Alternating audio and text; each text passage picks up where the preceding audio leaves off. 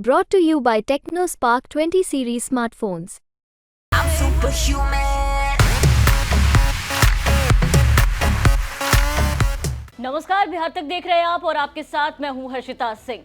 बिहार में महागठबंधन में शामिल सहयोगी दलों के बीच सीटों को लेकर के मंथन चल रहा है और आम सहमति नहीं बन सकी है फिलहाल अब तक। इसी बीच बिहार में सियासी समीकरण भी बदलने की संभावनाएं बढ़ रही हैं।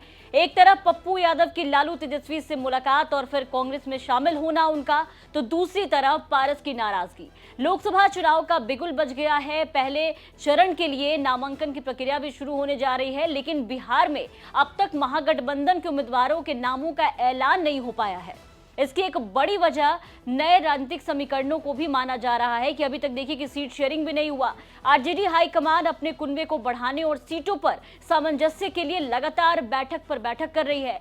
और आपने देखा कि बीती शाम भी जन अधिकार पार्टी के संरक्षक पप्पू यादव भी आरजेडी सुप्रीमो लालू प्रसाद यादव और तेजस्वी यादव से उनके आवास पर मुलाकात करने पहुंचे थे, जिसके बाद से राजनीति काफी ज्यादा तेज हो रही थी, हलचल तेज थी। और यहां पप्पू ने लालू और तेजस्वी से मुलाकात की और लंबी बातचीत हुई दोनों के बाद, जिसके बाद पप्पू यादव फाइनल डील करने दिल्ली रवाना हो गए और फिर पप्पू कांग्रेस के हो गए। अब पप्पू यादव पूर्णिया सीट से दावेदारी कर रहे हैं। आरजेडी, कांग्रेस, वामपंथी और कुछ अन्य छोटे दल लोकसभा चुनाव में एनडीए से मुकाबला करने के लिए सीटों के बंटवारे पर बातचीत कर रहे हैं। बता दें कि बिहार में महागठबंधन में शामिल सहयोगी दलों के बीच सीटों को लेकर के मंथन चल रहा है और आम सहमति फिलहाल नहीं बनी है। और इसी बीच देखिए कि बिहार में सियासी समीकरण जो है वो किस तरीके से बदलते हुए नजर आ रहे हैं। आपको बता दें कि इसी बीच तेजस्वी यादव का बीते दिन ही बयान आया था, जहां वो ये कहते नजर आए थे कि सब कुछ ऑल इज वेल है, सारी बातें हो गई है, कुछ दिनों में सीट शेयरिंग का जो मुद्दा है वो सुलझा लिया जाएगा। अंदर जो बातें हुई है, जो सीट बंटवारे को लेकर के, उसको अंतिम रूप दे दिया जाएगा। तेजस्वी का कहना था कि सीटों का बंटवारा अंतिम चरण में है और अगले कुछ दिनों में इस पर मुहर लगा दी जाएगी। तेजस्वी ने कहा कि ज्यादातर मुद्दों को सुलझा लिया गया है और सिर्फ 1 या 2 सीटों पर जो मुद्दे हैं वो बचे हैं, लेकिन सब कुछ सुलझा लिया जाएगा। इसी बीच आप देखिए कि जैसे ही एनडीए की लिस्ट सामने आई,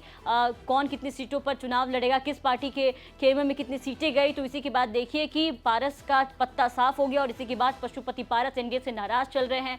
अब एक तरफ जहां देखिए पप्पू यादव ने कांग्रेस ज्वाइन कर लिया, वहीं दूसरी तरफ पारस की नाराजगी की भी खबर सामने आ रही है। इसी बीच अब कयास ये लगाए जा रहे हैं कि तेजस्वी यादव को इसी बात का इंतजार था कि कहीं ना कहीं पहले एनडीए की तरफ से ये ऐलान हो जाए, उनकी सीटों का बंटवारा हो जाए और उसके बाद जो लोगों की नाराजगी होगी उनको यहाँ पर महागठबंधन में लाने की कोशिश की जाएगी। फिलहाल पारस का कल का बयान आपने सुना, उन्होंने प्रेस कॉन्फ्रेंस किया और साफ साफ कह दिया कि मेरे साथ नाइंसाफी हुई है। अब ऐसे में पारस को लेकर के भी कयासों का बाजार गर्म है कि कहीं इस नाइंसाफी को बराबर करने के लिए, हिसाब बराबर करने के लिए कहीं ऐसा ना हो कि पारस तेजस्वी का साथ दे। और अब देखिए कि महागठबंधन का कुनवा धीरे धीरे बढ़ता हुआ यहाँ पर दिखाई दे रहा है। ऐसे में देखना दिलचस्प होगा कि महागठबंधन में कब तक सीटों का जो बंटवारा है वो हो जाता है, या फिर तेजस्वी अभी कुछ दिन और पारस के कॉल का इंतजार करते हैं। आपको क्या लगता है इस पूरी खबर पर? अपनी राय कमेंट करके जरूर बताएं और बिहार की तमाम खबरों के लिए बने रहे बिहार तक के साथ।